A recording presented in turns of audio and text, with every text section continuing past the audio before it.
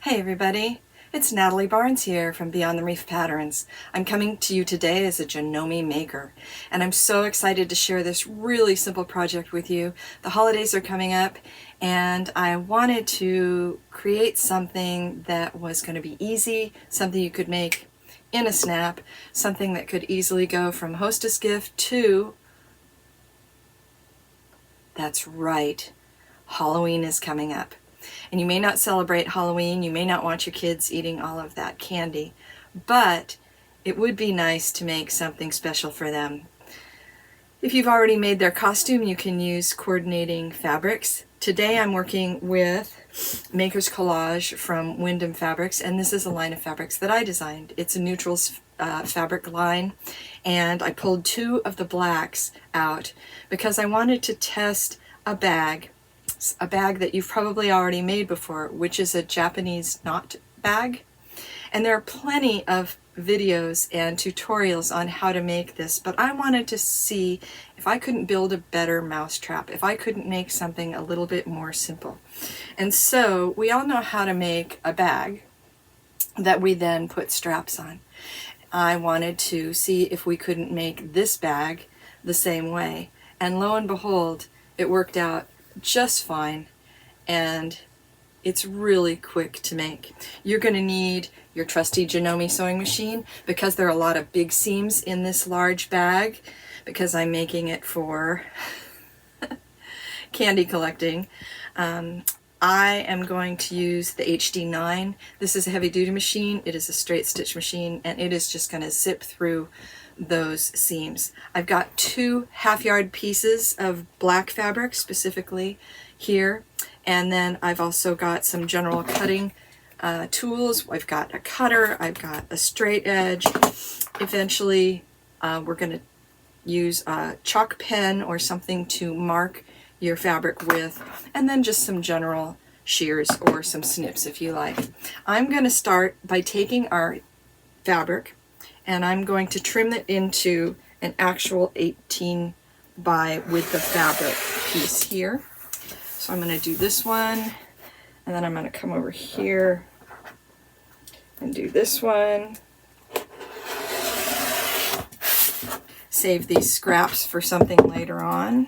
Make sure you always start your project with a new cutting blade and also a new needle in your machine. So once we've got 18 inches here, we're not going to do anything with this fold. We're going to leave this fold. I'm going to go ahead and cut off the selvage and then another 5.5 inch strip. So I'm going to cut off just a little bit here, remembering to always cut away from yourself and also remembering to close your blade every time you make a cut.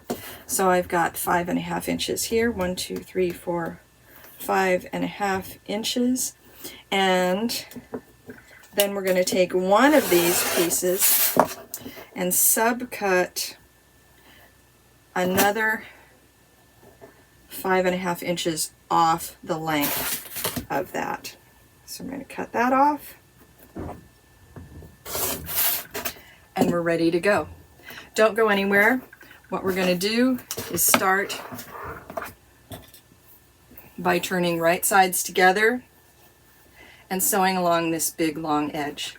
So first thing I'm going to do is get ready here, and I'm using a 3/8 of an inch seam, and off we go. Don't go anywhere. We're going to have the bottom of this bag done, and we'll talk about the next step. See you in a minute. Well, we're almost done here. Using my HD9 and that quick straight stitch, we made fast work of putting the pieces together here. We sewed left and right on the bottoms of each bag, and we sewed left and right along the long side of each of the strap rectangles, leaving the top and the bottom open. We're going to turn those inside out. I'm going to show you how to pin those to make your bag.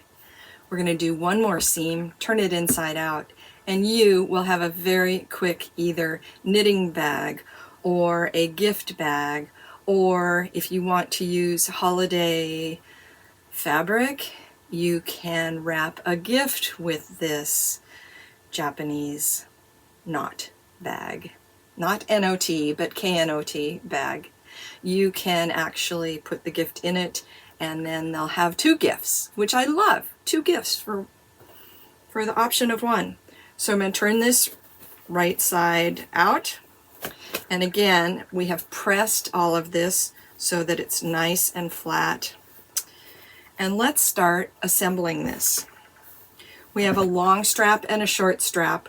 We're not going to put our straps both on the same side, but we're going to go from side to side and side to side, if you remember. The other thing I'm going to do is I'm going to just clip these corners here. Get this, just a little snip here on both sides.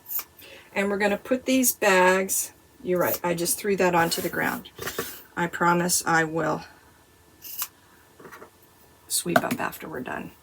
So we're going to put these right sides together. So if I were to put this in here, it would be right side to wrong side. So let's turn one of these right side out. Make sure that we use something maybe not so sharp to make sure that our corners are crisp here. I want to get to the good part quick because I know you're more interested in getting this all put together. We're going to match the seams here.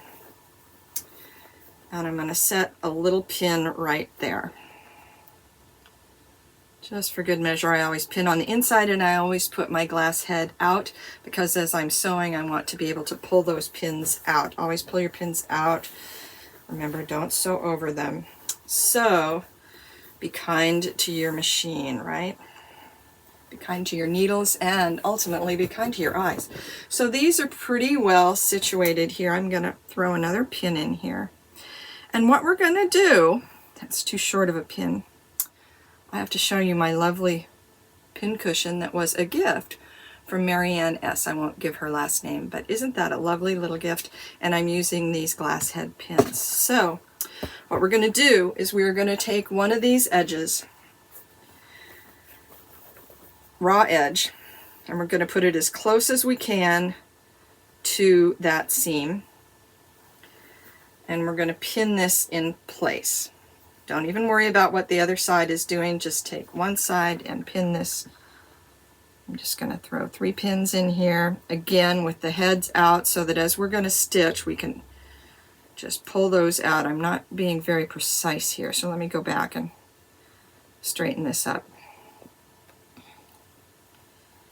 Get this aligned here, pinned. And then there's one small pin in this pin cushion. Then what we're going to do is we're going to reach inside of this bag, and without twisting that strap, we're going to bring it up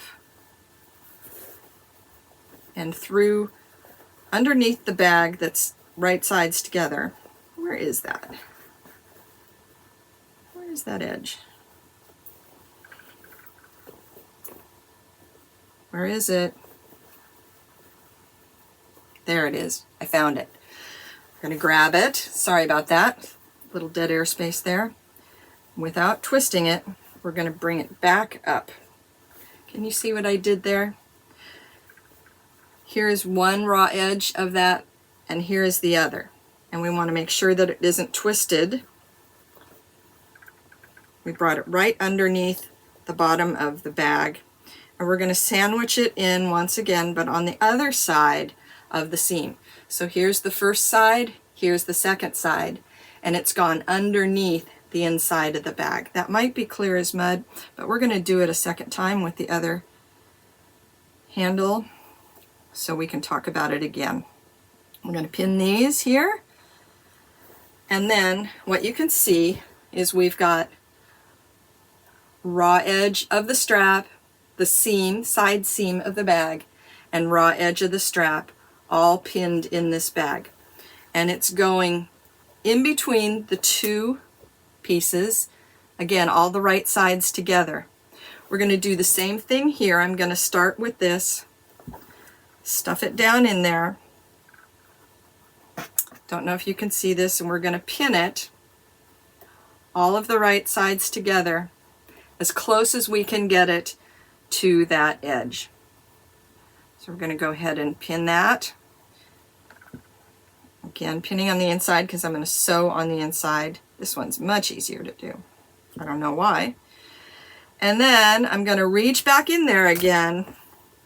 Reach back in between these two layers, and I'm going to grab the bottom raw edge of that strap.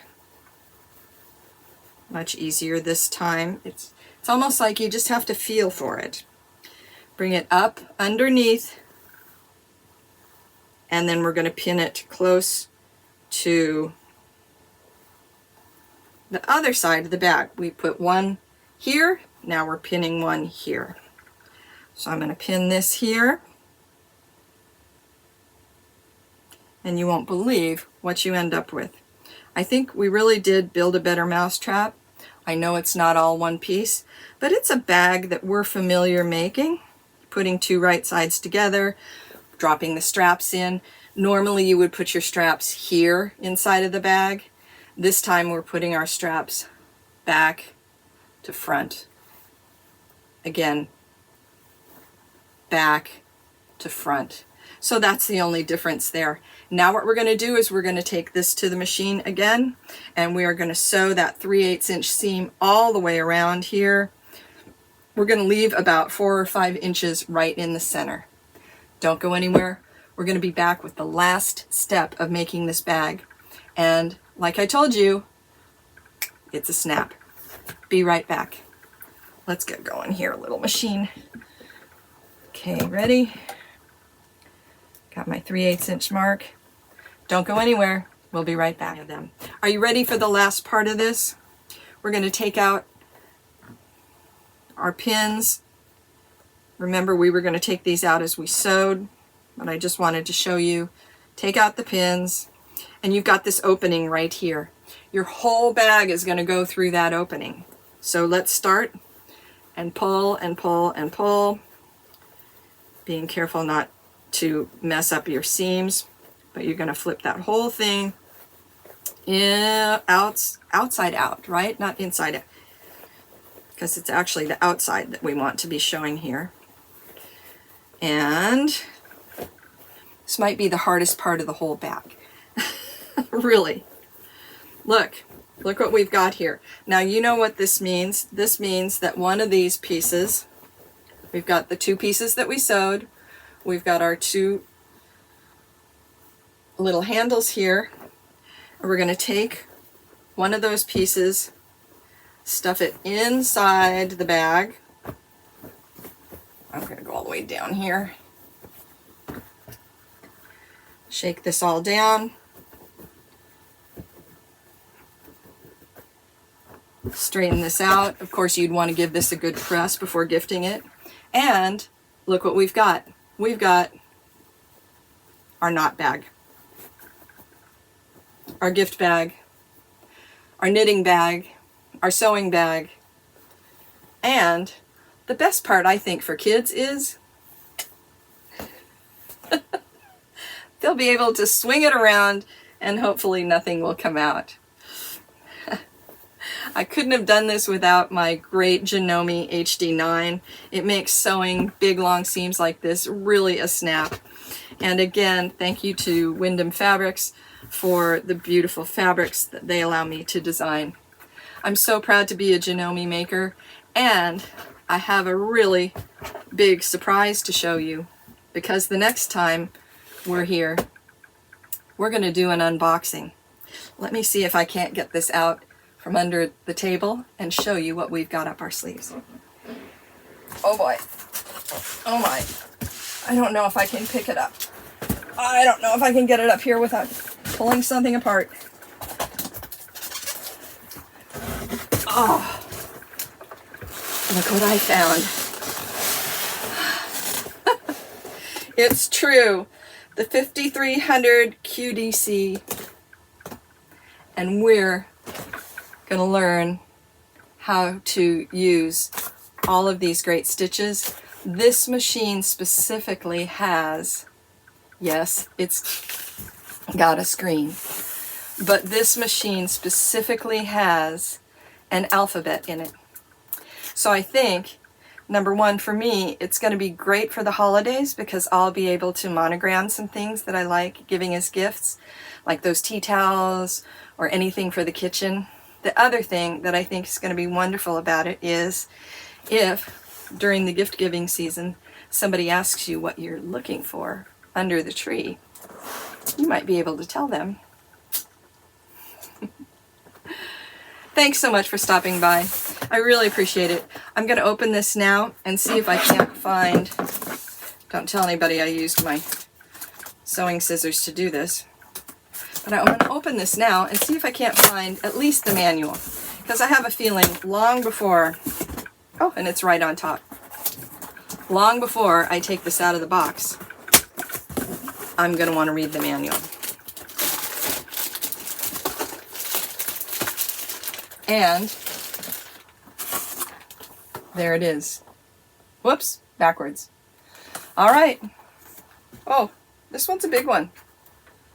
I'm going to be reading for a while. Oh, look at this.